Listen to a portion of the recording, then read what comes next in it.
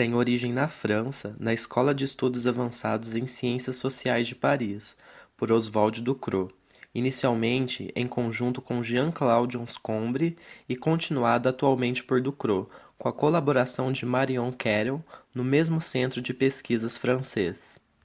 Influenciado pelo curso de Linguística Geral de Ferdinand de Saussure, Ducrot fundamentou-se no capítulo que trata do valor linguístico, onde, por meio deste, lançou-se na pesquisa linguística, que hoje conhecemos pelo nome de semântica argumentativa. Ducrot busca a origem filosófica de valor linguístico na teoria da alteridade, apresentada em O Sofista, em que Platão trata das categorias fundamentais da realidade.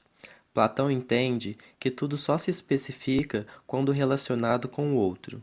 No capítulo sobre o valor linguístico, Saussure traz para o estudo da língua o que Platão disse em sua teoria da alteridade. Saussure mostra que, ao se estudar a linguagem, percebe-se que nada é isolado. Ducrot leva a noção de valor linguístico para o emprego da língua, mostrando-o em diferentes níveis, na relação entre entidades lexicais, entre enunciados, entre discursos, entre locutor e alocutário. Do ponto de vista semântico, a teoria da argumentação na língua postula que a palavra contém na língua uma significação que permite certas continuações no enunciado e impede outras. No prefácio escrito por Ducrot em 2009, encontramos a afirmação de que a função fundamental da linguagem é a intersubjetividade, o lugar onde o locutor encontra o outro, seu interlocutor.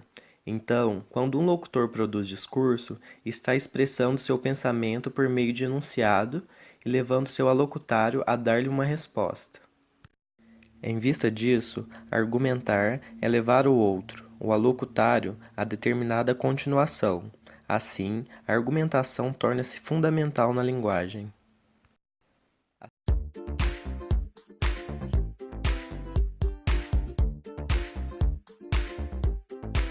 semântica argumentativa estuda o sentido construído pelo linguístico. É por isso uma semântica linguística. Pretende mostrar que é possível explicar o significado do signo sem fazer intervir o extralinguístico.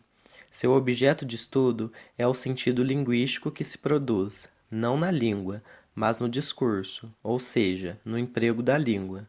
No discurso, Ducrot encontra dois tipos de relação, considerados básicos nos discursos: os normativos, articulados por conectores como portanto, por isso, consequentemente, etc. E os transgressivos, como no entanto, apesar de, mesmo assim e outros. A razão da escolha, segundo Ducrot, está no fato de que esses dois tipos de argumentação resistem à descrição extralinguística, tornando-se incompreensíveis fora da relação entre os enunciados.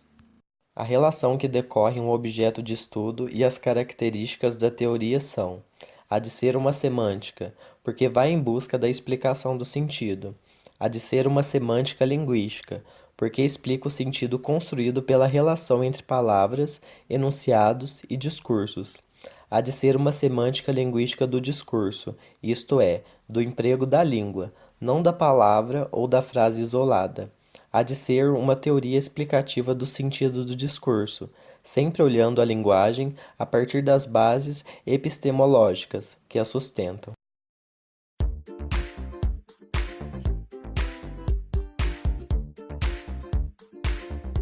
A teoria cria a partir de suas bases conceitos preliminares, tais como os de frase e enunciado. O enunciado é entendido como a realização da frase. Isso significa que o enunciado é uma entidade empírica, que se lê ou se ouve. Já a frase é uma entidade teórica, construída pelo linguista para explicar os enunciados. Não se pode ler nem ouvir frases. A língua é um conjunto de frases. O discurso é composto de enunciados, constituídos por dois segmentos relacionados, em que o primeiro só adquire sentido a partir do segundo, isto é, o primeiro segmento não é compreensível se não for relacionado ao segundo e vice-versa. Exemplo: estou cansado, então vou descansar. Do ponto de vista semântico, a frase tem significação e o enunciado tem sentido. Se o enunciado é a realização da frase, então frase e enunciado são inseparáveis.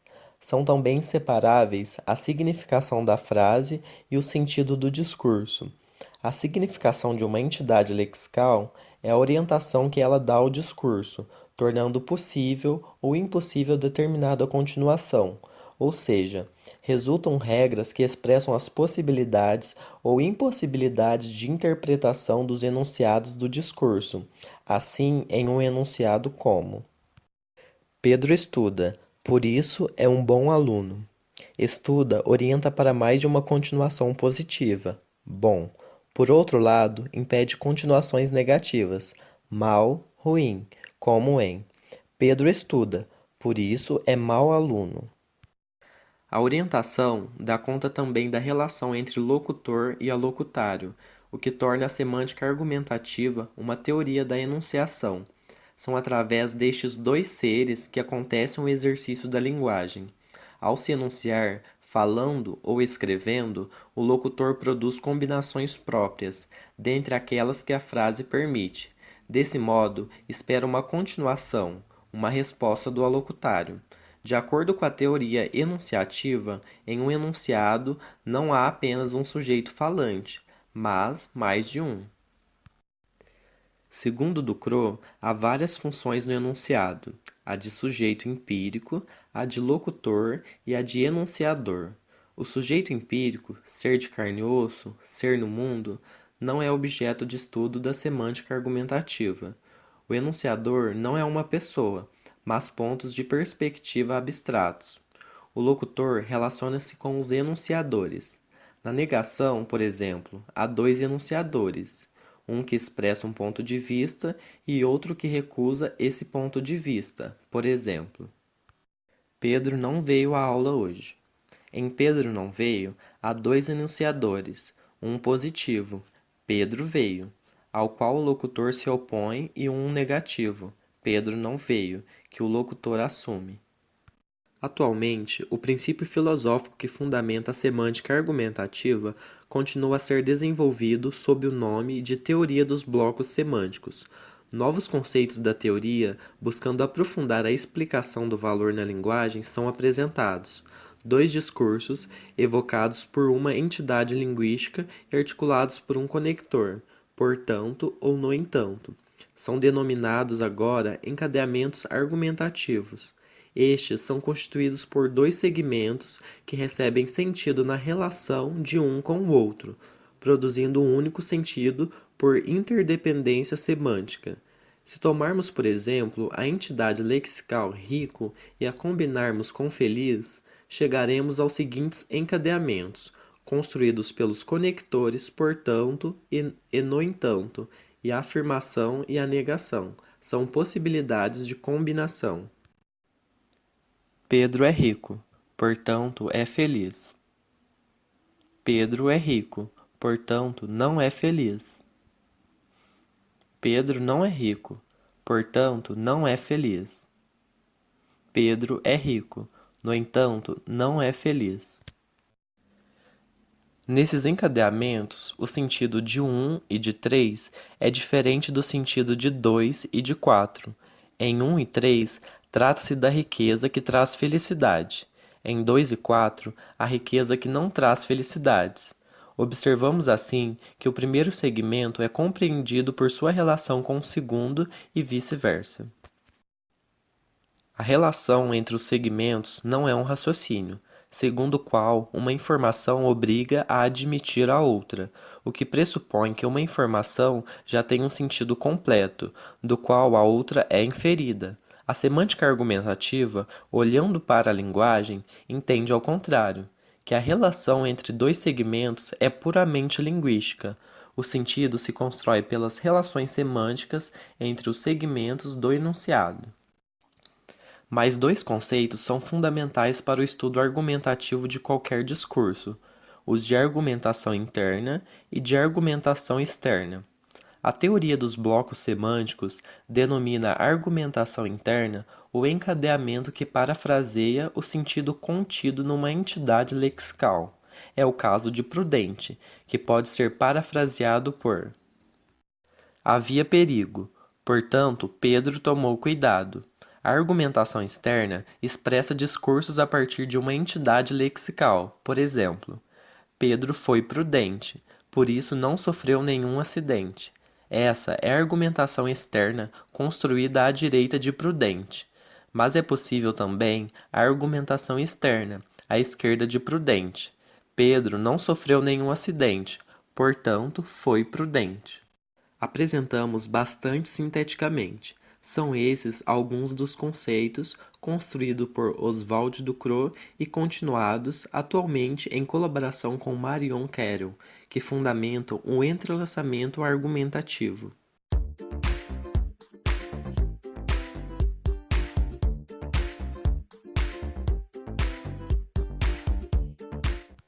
Tomamos como tema a ser explicado pela semântica linguística o do sentido expresso pelo tempo no discurso. Desse tema, tomamos apenas um ângulo, o do tempo articulado por quando. O tempo, do mesmo modo que as palavras da língua, orienta argumentativamente a sequência temporal dos enunciados, relacionados por quando, construindo uma das formas do entrelaçamento argumentativo dos sentidos no discurso. Escolhemos para análise um trecho da fábula escrita por Jean de La Fontaine, A Pomba e a Formiga. Ao longo de um claro riacho, bebia uma pomba, quando ao inclinar-se sobre a água, uma formiga cai. A conjunção quando liga dois enunciados, cujos tempos são expressos pelas flexões acrescentadas ao verbo, as do imperfeito bebia, no primeiro enunciado, e do presente cai, no segundo, quando é colocado entre os dois enunciados, articulando-os. O imperfeito bebia, no primeiro enunciado, exprime a duração no momento passado. O presente do segundo enunciado, cai, indica um acontecimento que só se produz uma só vez no passado. Esse sentido poderia ser explicado provavelmente pela ordem dos enunciados e pelo lugar do articulador.